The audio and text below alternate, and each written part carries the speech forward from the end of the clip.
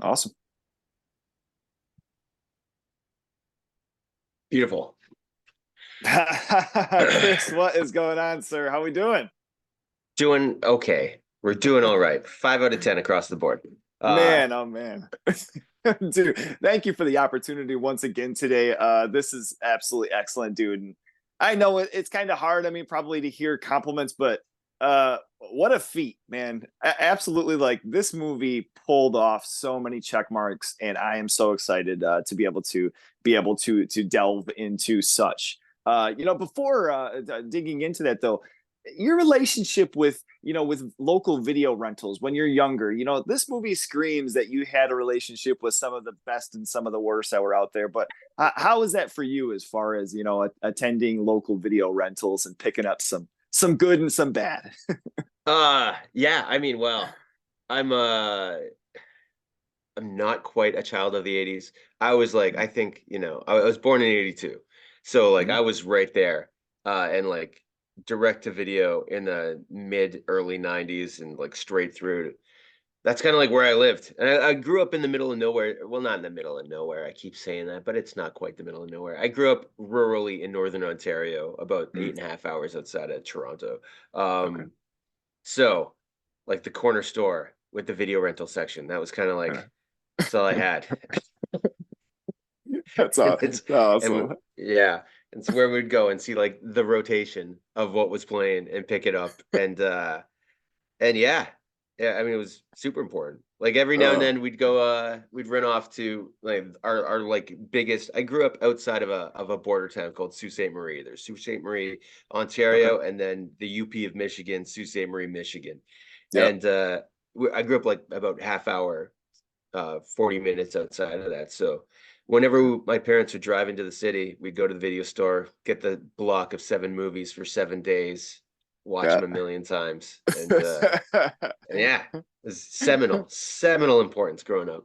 Yeah, I hear the mention on Sault Ste. Marie. I'm from Michigan, so I saw that and I'm like, Oh, no hey, way. all right, let's go. I mean, now the southern part of the state, so not the northern part, but I've been up there plenty, and I'm just like, wow, that's not something that I see regularly. Holy moly, that's awesome.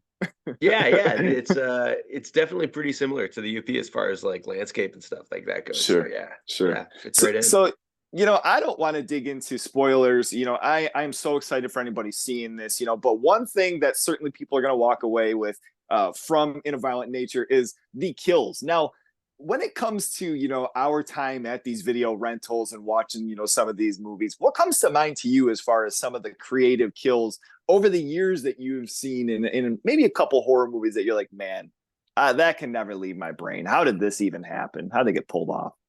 Okay. All right. This is one. See, whenever I think of kills, here's my Mm-hmm. thing. Okay. I'm like more of like a full of shit art student. So I'm like the ones it's like it's the emotional effect where I'm just like, oh, that's really gonna mean something.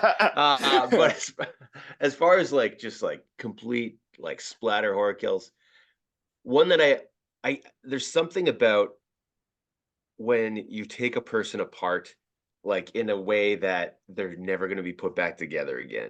Okay. That it just brings this like weird existential dread to me. I Yeah. think like the first time I really got into like when I think of, like the first real like horror story I heard, it was, growing up when I did, we were still like in public school, still teaching like religious studies in Mm, public school to kids, like at the mm. start of the day. And hearing the story of Lot's wife being turned into a pillar of salt, uh, just Yeah. I just couldn't understand that. And I remember I kept like putting my hand up and asking like the religious teacher to like, what do you mean turned into salt? And they're just like, salt now. And I'm like not even like human parts, like not even meat and blood. And like, no, it's just salt. That fucking Yeah. freaked me out. And it stayed with me. So because of that, things like in Jason X with the liquid nitrogen kill where like her head Oh freezes man, and then shatters and I'm like that for me one of like insane. definitely in one of the top 10 where it's like Yeah. super inventive and gruesome without bloody. It's just like there's Hmm. no putting you back together. um Probably like Wishmaster when this Oh like yeah. where this girl like this woman, I think it's like it's kind of like a throwaway, but like turns into glass or something and shatters. Yeah. Like Yeah. shit like that just sits in me in a weird way that I don't understand. Um, but what else? What else? There's a Jeff Burr movie called Night of the Scarecrow that I Oh yeah, love. Yeah, like just a dude, direct to video so thing, sick. Yep. but perfect. There's this death in there that's kind of paying tribute to in weird ways to even like Evil Dead, where the scarecrow feeds this girl seeds and she starts to like grow out like corn stalks from inside her, stuff like that. That always gets Uh, to me. Those are all ones that stand. I love that, man. I mean, and it's awesome too. And I wanted to pick your brain in that aspect as far as your work in practical effects. And I mean, and eventually crossing paths with the Astron 6 guys. Like, how did that whole thing come about? As far as, was that school, or where did that connection come to? That's all due to one of the producers on the film, Peter Kaplowski, Okay. is I don't know how history is going to remember him, but he is just the biggest champion of like outsider indie cinema that I know. Period. Um, Man. and now he programs for the Midnight Madness section at Toronto International Film Festival. Oh, So sick. Okay. he's the head programmer for that section. So he's been able to like champion movies on a much larger scale at this point. And he's just doing a wonderful job of it. But when I first met Pete, it was when he was his first year programming the Toronto After Dark Film Festival. I had a short film, like a horror short. It was like a horror comedy thing that he programmed for that, and that's how I got to know him. But he was Mm, also keeping an eye out on other people, and one of the groups that he was keeping an eye out was Astron 6 out of Winnipeg. mm, So just through Pete, he was just like, "You really got to meet these basically more Kostansky than anyone. You got to meet Steve sure. Kostansky. He's Okay. kind of right up your alley." And eventually, like when Steve ended up moving to Toronto, yeah, we just met up. Pete at Toronto After Dark programmed one of my shorts in front of I think it was in front of the premiere of Father's Day, when a Father's Day premiere at Toronto After Oh, Dark. okay. Yeah. And Good. so that's how I kind of definitely met Steve, but met everyone else there too. And I think that they've definitely, even though it might seem like our work is like completely separate, but they've really inspired me and this film, because I find that those guys, they have this way of like picking apart genre and down to their tropes, and using tropes as more of like building blocks to like build Hmm. completely new stories. Like Psycho Gorman is using all these like tropes from Power Rangers and all these everything, but he's building like this weirdo like bonkers family drama out of it. That's more like a Calvin and Hobbes type thing, And I always admired it, and I was always like, yeah, that these guys are doing something really fun and really different, and yeah, yeah, Man, just I really I inspired. love that. Dude, and I mean, initially when the buzz starts about In a Violent Nature, and I'm kind of looking into different things and actors and actresses and what's, all behind, and I'm looking up, your name and going back, and I'm like, well, this guy's been in the mix. Bio Cop. I got to talk with Steven, and I mean, with the Void, and the effects with Psycho Gorman, and then Z for Zygo. Dear God, talk about one of the bits from that movie that I walked away from, and I'm like, dude, this fella Chris is responsible for this. I can only imagine what is coming with this full length. And dear Dolor, dude, I mean, everybody is mentioning that too, and it certainly pays off. I mean, like anything that you were seeing in that short, if you were familiar with and loved that. That we get some gore here, man, and it pays off, dude. It's so much fun.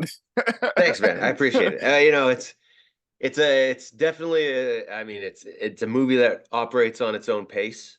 Say that as Sure. diplomatically as possible. Uh, But we knew that because of that, we're like, we gotta our kills have to be good. They have to oh be, man.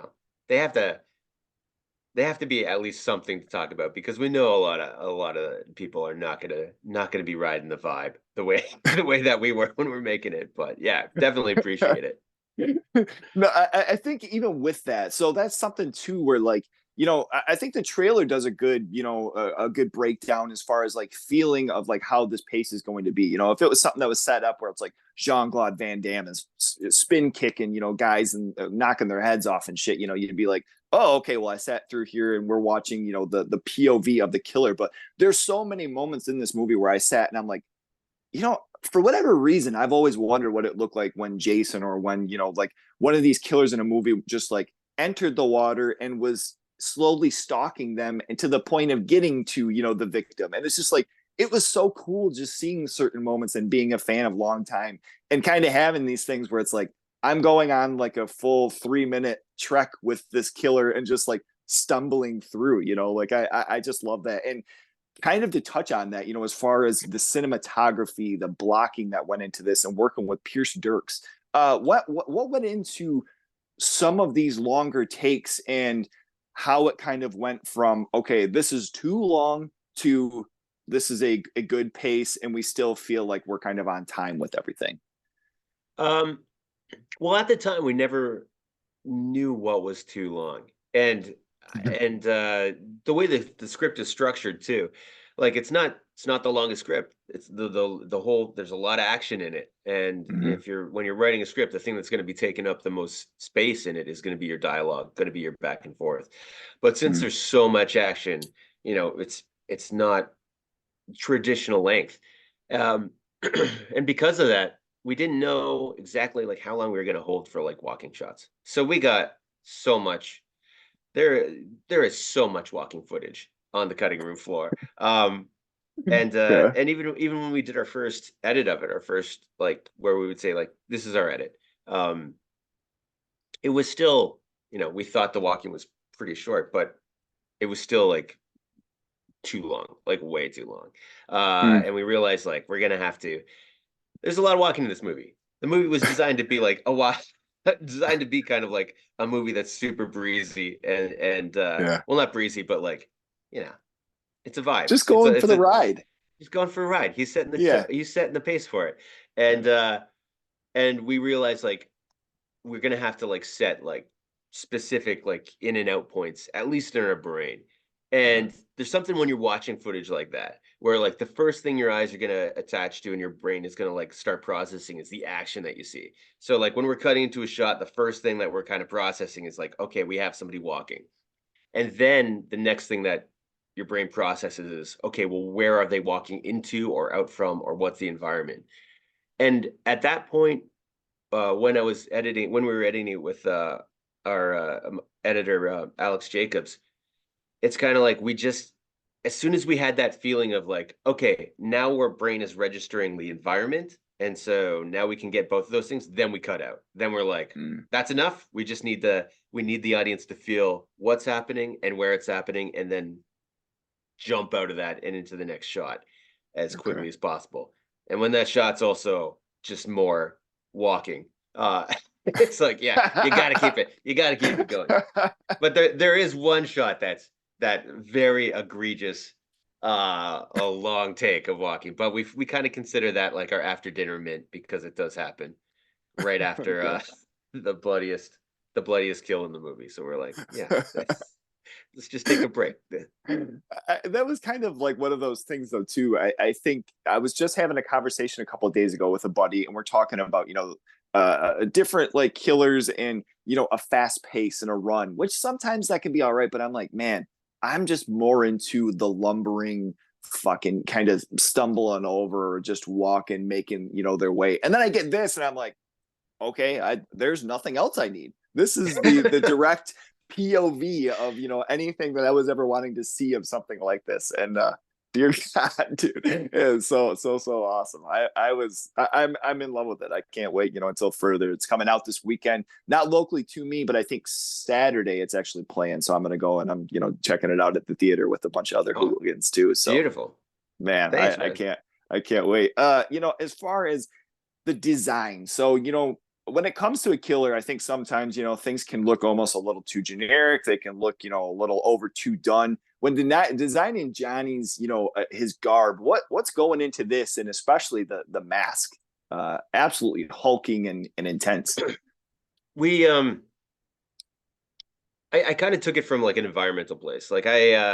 when I wrote the movie, kind of everything I write is like takes place in like my hometown area. Like that area of the world is kind of where my brain lives 24 hours a day anyways.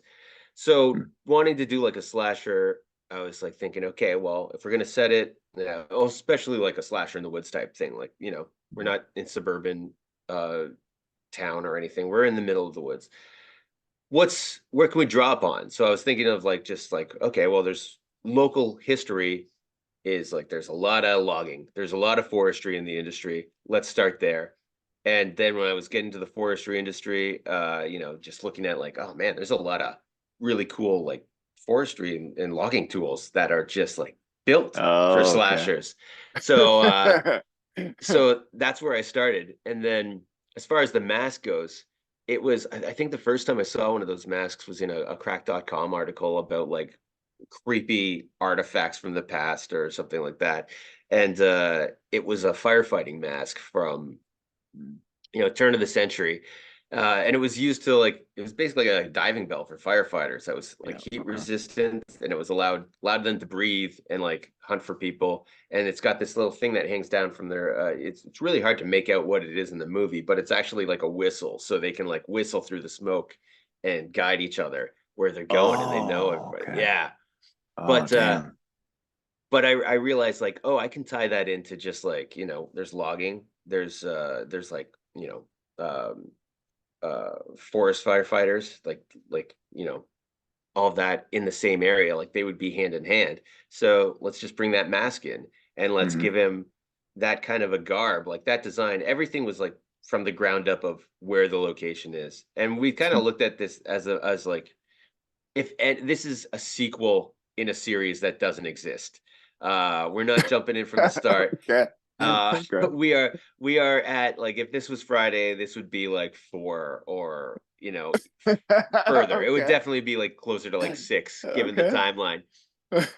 So we're like, okay, this is at some point in time he finds this outfit and it's just like this would be something that was just kicking around that he stole off the line of like some like hermit living in the woods. Like we're not gonna overthink it. Just a flannel, white tee, like khaki cargo type thing, and some work boots. And yeah, just go Man, with that. Simpler the better. dude. And I mean, I think it was something too where with itself being, self-aware in a sense. So even like little details, I'm trying not to get too far into anything specific, but uh his coming about, there was just moments where I think it was early enough in the movie where I'm sitting and I'm watching and him getting revived in a sense. I'm like, this is absolutely like a couple of sequels in where it's like this doesn't have to necessarily make sense in the real life fashion, and it is going to get even more ridiculous from here. And I loved it. I was like, so like, I'm just like, this dude is just coming out of the ground and he is ready to do something bad. I can tell. Yeah. Uh, we we've all seen it before, right? So we don't need to like spell out anything. That's Yeah, like what we kept falling back onto. the Is like, best. yeah, God. yeah. Oh man, Don't need to explain it. I think it's one of those things too. Even with like certain sequels or certain, like franchises in general, where every once in a while it gets a little too a little too into the explanation of things, and it's Yeah. just like we're here and this is where we're going from here. So I absolutely appreciated that too. As far as some of the music, some of the scoring, and in a final moment with the Black Flies song, what went into some of this as far as inspiration for the feel of how we're going to hear some of the melodies in this movie.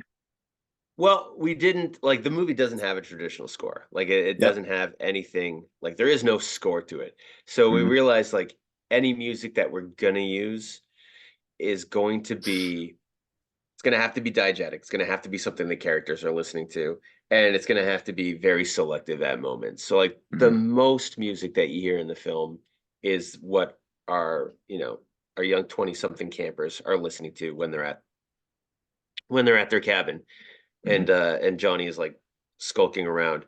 Um So we just, yeah, it was a matter of like picking the right vibe for it. We didn't, Hmm. music does this thing where it's the quickest shortcut to like an emotional place. And Sure.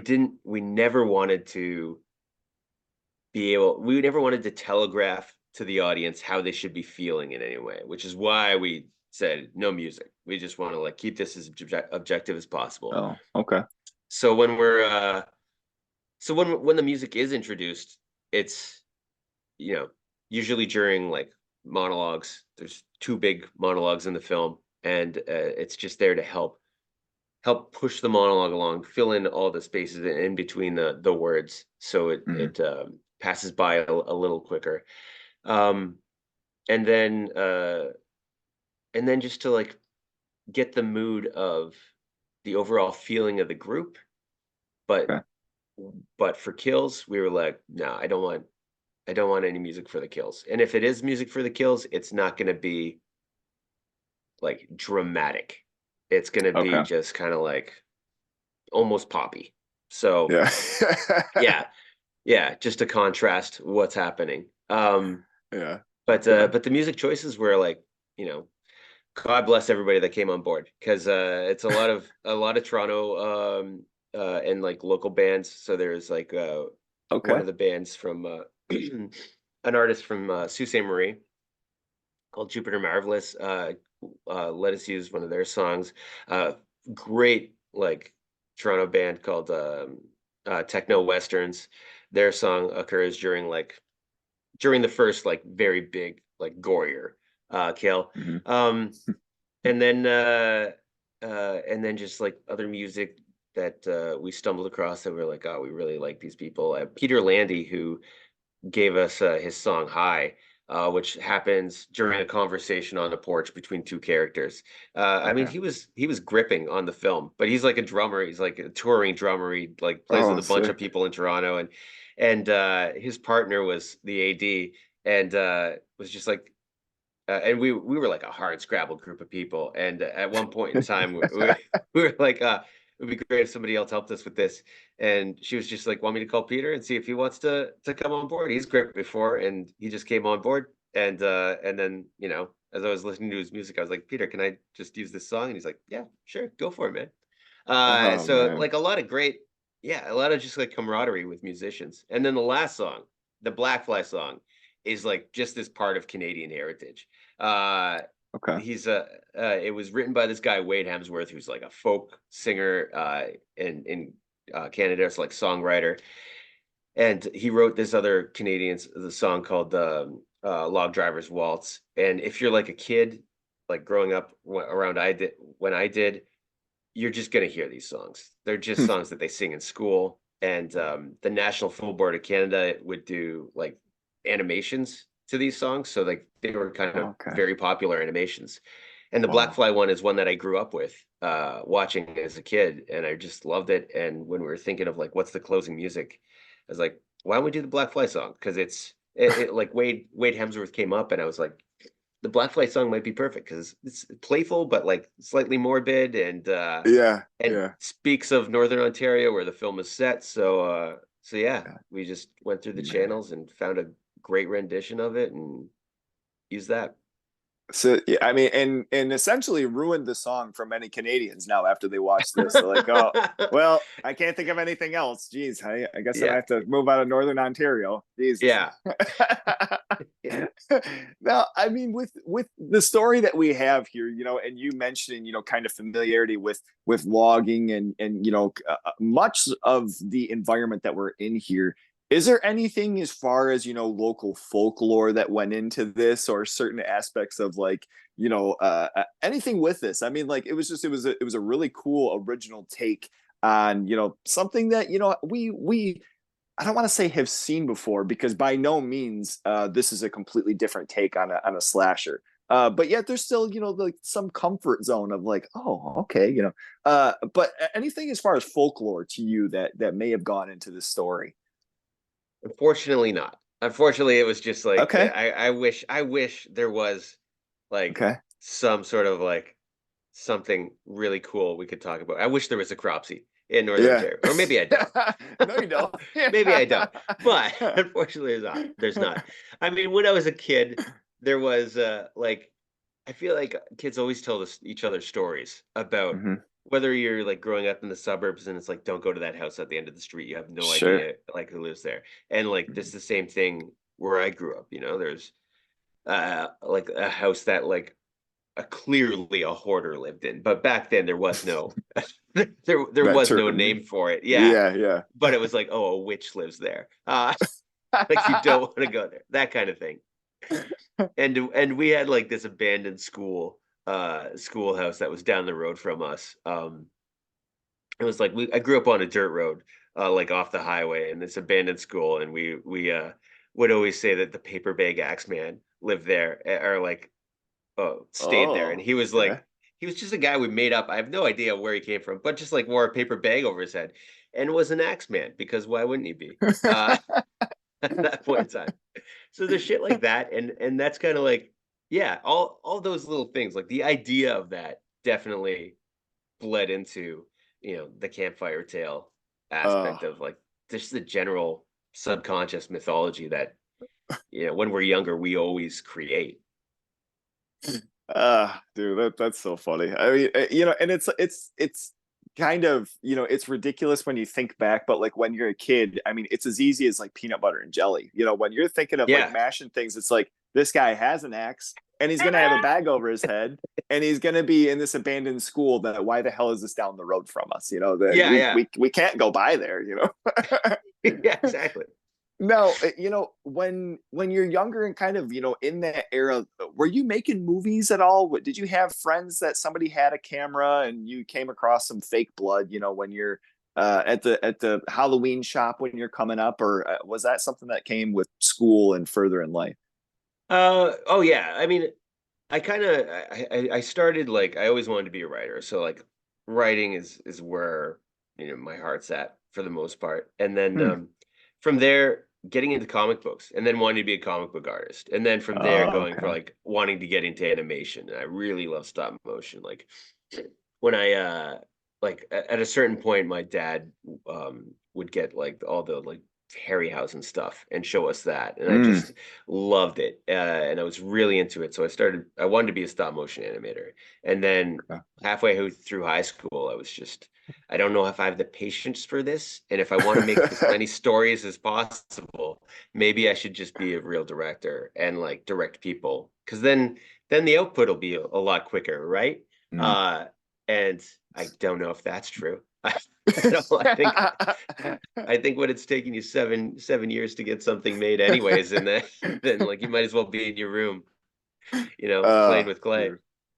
But yeah, I always yeah, we at the point when my parents bought like a VHS camcorder, I was just, doing the thing that I think like so many people did, where you're just hitting record very, very quickly and trying to like Hmm. make the most strobo stroberific stop motions that you could. And yeah, it's just messing around.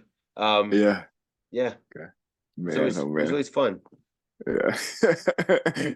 And we always had, I mean, maybe not always, but a lot of times you had those loving parents that are like, oh, Mike, you're going to be something great someday. This is just excellent work, and you're like, oh, man, I really wish that would have panned out because damn it, I didn't end up making movies. But you know what? This is an awesome thing for you, Chris, because here you are. I mean, you're and knocking it out of the park as well. Not only just making stuff, but this movie, uh, it deserves all of the buzz that it's getting. I see, some of your interviews, you're pretty humble with all of this, but honestly, man, from being a lifelong fan, like this was something that was unique. This was something that was as far not to say is in pacing, but is energetic in its own to where like there were so many moments where I'm like, I've never seen this before. Or, I just kind of thought about following, the killer, or even some of like the video games that are coming out nowadays where you have the opportunity to be the POV and just kind of walking around and looking, you're like,